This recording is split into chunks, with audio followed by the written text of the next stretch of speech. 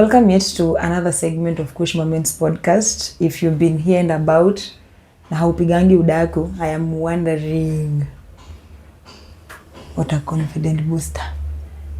Men gossip more than women. Like wanaume ni wadaku. Unajua kitu nilikuwa na shuku. Like until I came across that research that men gossip more than women. Is it true? So yeah, there's a research that was done. How when tunasemanga men are quiet? Ati quiet. Ushaiwapata kwanza wanaume wamekaa hivi, watu wanamushiana. And I feel like wana gossipingi kuhusu wanawake wao ama wakiona. Imagine they spend 76 minutes gossiping. Yeah, and women spend 52 minutes gossiping. But why is that? I think they have so much time. Women are busy building homes and trying to do laundry and cook. Yeah, and make sure when they come home, they come back home to a clean house and well cared for kids. So that is why these men have more time. So, and the gossip that these men spend a lot of time on is usually malicious gossip. Woo. Yes. Negative. No, negative or malicious gossip. Yeah. See sports.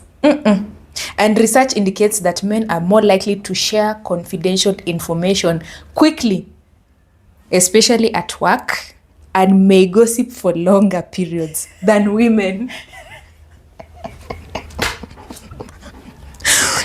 But men do gossip, I agree. Yeah. Because if you don't gossip with your man, then you're dating the wrong man. Yeah. And you know that they've said men gossip more, particularly in the workplace. But then I'm here and asking myself, if men are gossiping more than women, are we losing the traditional man we used to have? Like a man who would dedicate their time to go to the farm, a man go to war and die. Yeah. A man who would fight apate shamba. Men who are fighting lions in the desert. Are we losing that man? Are we losing that man? Talk to me in the comment section. I really want to know. Sanjay, why are men gossiping? Yeah, and I'm just looking at this types. Research suggests that men may be more inclined to gossip at work compared to women, and that men spend more time talking about juicy information at work. What is that juicy information? Women. And then, so while women may be more likely to engage in neutral or positive women will gossip. be talking about how marriages are not working for them, yeah. How they are being told not to go for that empowerment, how they are being told to have kids with against their, you know. Yeah, like we gossip about matters that affect, matters that concern us, our day-to-day activity. But then hearing men gossip the most, I'm trying to wonder if we are losing the traditional man we used to have before, manhood strive to provide. But have you noticed? Are we losing masculinity? But have you noticed hata siku hizi ni ngumu kupata mwanaume yako na Adam's apple? Hata imeanza kushrink.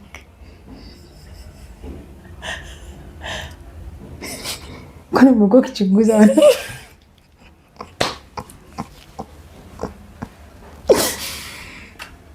Yeah. Ama unakaa kwa gari kuchunguza wanaume? Mimi wanaangalia hakuna Adam's apple, like where are men going? Kwani ni kwa we listen. No wonder they're out here asking women, what do you bring to the table? Afu wanaenda wanakaa chini wanaanza kugossip.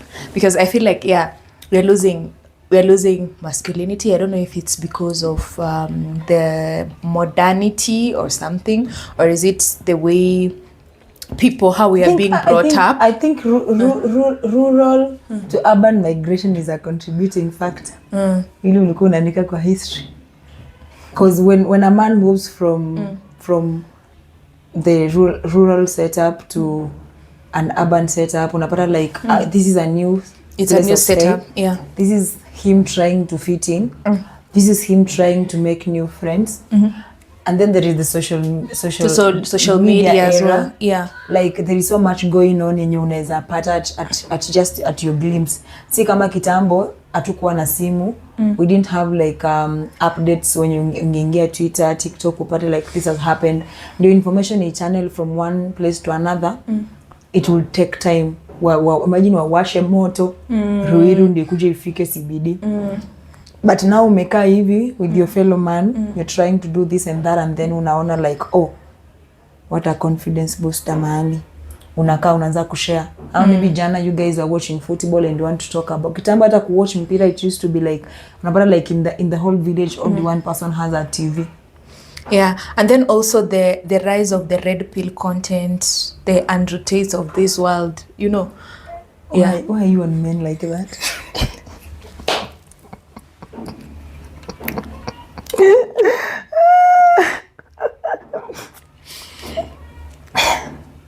But anyway, I don't feel like we need to blame men for gossiping the most. Because all along tumekuwa tukiishi in an era where we tend to say men don't speak out.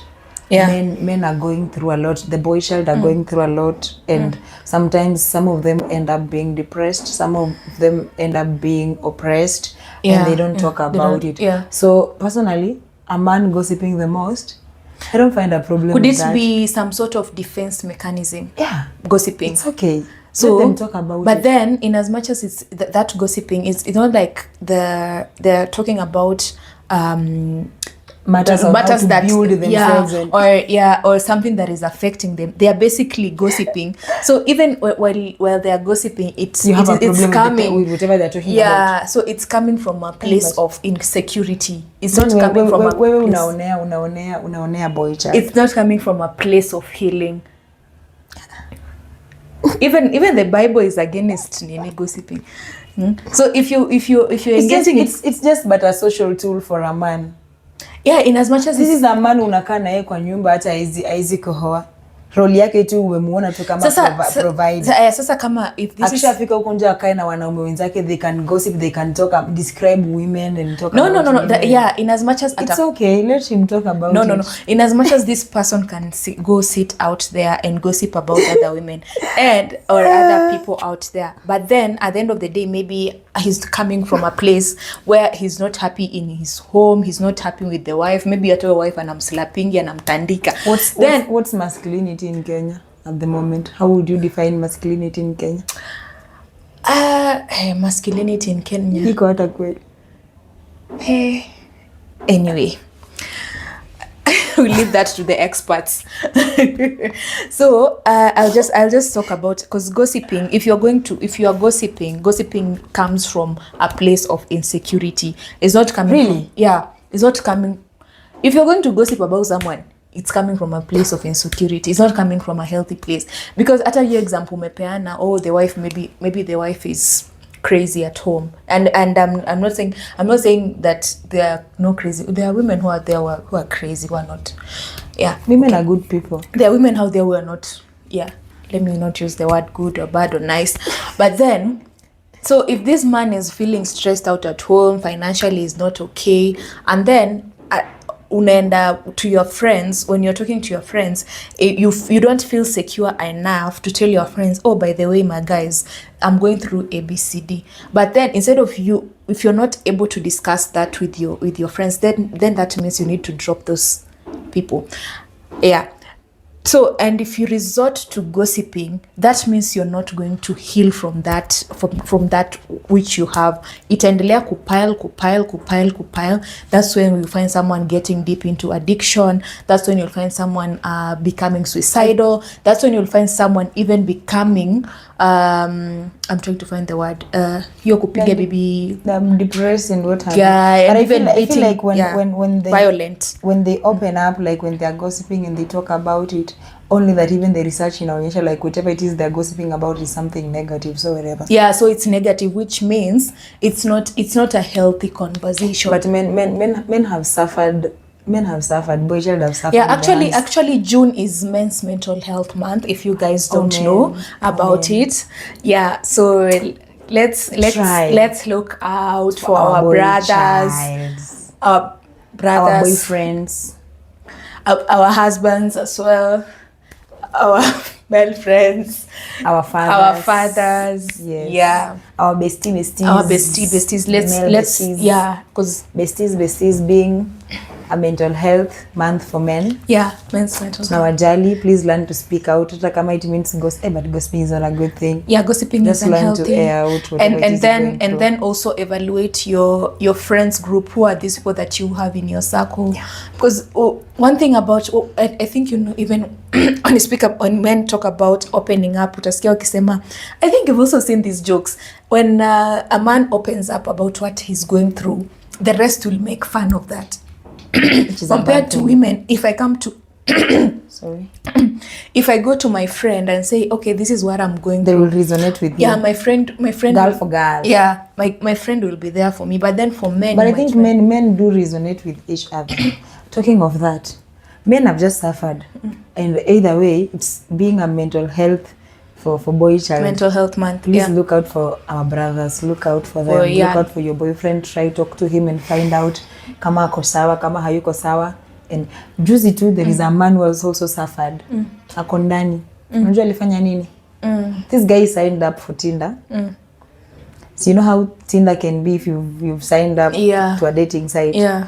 There is that verification that is done, but then it's self-verification where you just key in your date of birth and what have you to verify if you're 18 years and above. And then when I meet different people from across the world, you interact, can exchange contacts if you like. So this guy signed up for Tinder and he met a beautiful lady in Tinder and they exchanged contact, they talked and they decided, let's finally meet up.